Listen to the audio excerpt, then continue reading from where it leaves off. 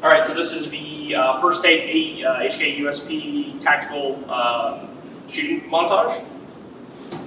I forgot about you. It's just a box.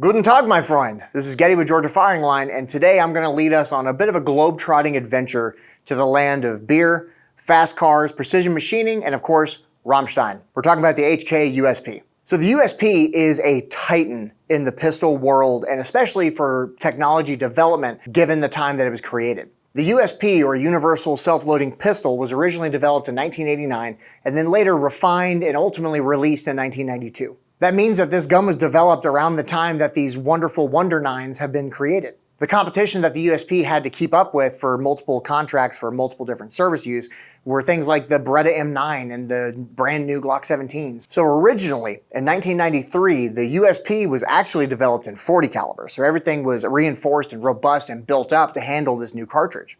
But then, just a couple short years later, it was finally produced in 9mm and the .45 ACP. Now typically, if we mention an H&K handgun, your mind is probably going to go to the Mark 23. If so, you have wonderful taste. But the USP was developed at the same time as the Mark 23, so the revisions, refinements, and improvements that came to the Mark 23 ultimately bled into the USP program and vice versa. Now, it's important to understand that both of these firearms in question were originally developed for the Offensive Handgun Weapon Systems program requested by USCCA, which means that these guns were put under some very extreme testing protocols. For example, the prototype USP was subjected to over 20,000 rounds of +P+ ammunition, or what we know as a NATO round. And then again, in the .45 caliber for the Mark 23 and the USP 45, that number went up to over 23,000 rounds. Now they fired those rounds and they measured the amount of damage or wear and tear done to the gun's internal components, and what they found is a negligible amount of damage. And just recently, H&K's official Twitter page mentioned a firearm that was sent in for service after digesting 200,000 rounds of ammunition. The USP can also be found in some ammunition manufacturers' hands because they use it as a testing bed, and there are reports of some of those guns having over 300,000 rounds in them and still running strong. So why are we talking about a gun developed in 1989 and then released in the early 90s? Well, that's because the technology, the features on the gun, and the intuitive nature of those parts still hold true even by today's standards for what we consider to be a rock-solid firearm.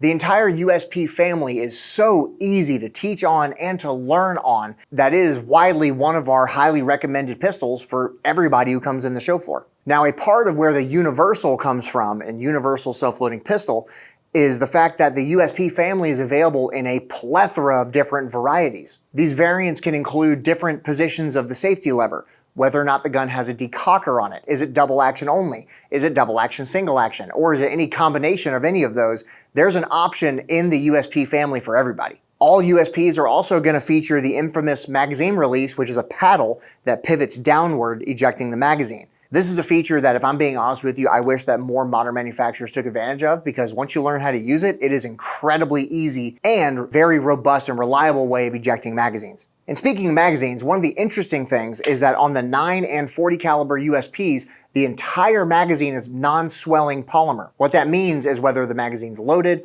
or partially loaded or anything like that, these do not swell to stick inside of the frame, which means when you eject your magazine, it's a clean release every time. The same to be said about the .45 caliber USP magazines, however, those are made of metal. Another distinguishing feature about the USP that still exists to this day is the ingenious mechanical recoil reduction system built into the recoil spring. We know this today, what's the word?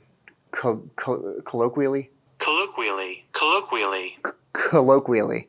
This feature, which is now used by multiple other brand of firearms colloquially, is known as a double recoil spring system. And simply the way it works is once the gun fires and the moving mass is moving to the rear, there's an initial much tougher spring that has to move first, reducing felt recoil and reducing some of the impact and wear on the internal components. What this does is result in a tremendously longer service life and less felt recoil for the shooter, meaning those sights don't move very much. What this adds up to is that all of the USP family are soft shooting, reliable, incredibly mechanically accurate firearms that's available in multiple different variations depending on what it is you want to do with it. It also bears to mention that within those several variations, including the Mark 23, these guns are going to feature polygonal rifling in the barrels. And due to the nature of the way that they're constructed, they are incredibly accurate, with certain variants taking little bits of action to make it even more accurate. Which leads us into the topic of this video in particular, which is the USP Expert.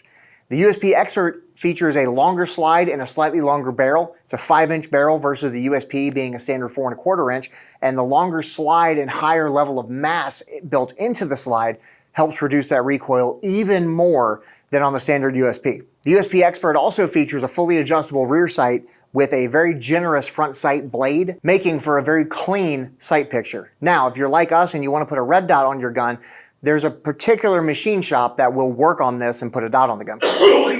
Bless you, bless you. And last but not least, the Expert as well as the tactical version of the USP also comes with their upgraded trigger. They call it the match grade trigger.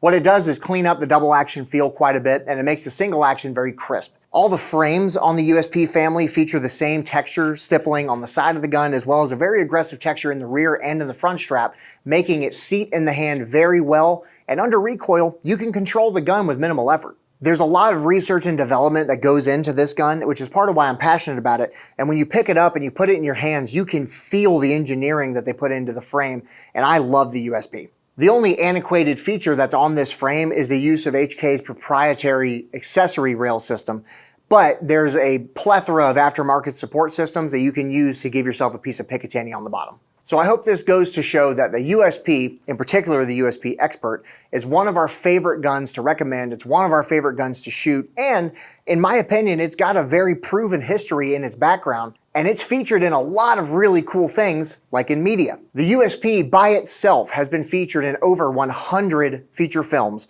That does not include television, video games, anime, or anything else. So if you're a nerd like us and you consume a bunch of media, I guarantee you've seen this in maybe Heat, Bad Boys, Blood Diamond, The Way of the Gun, Swordfish, or Too Fast, Too Furious. And if you understood the reference that we made in the intro to this video, leave me an exclamation point in the comment section. And with that, I hope you enjoyed this little dive into the USP. I hope you can tell that it's something that we're passionate about.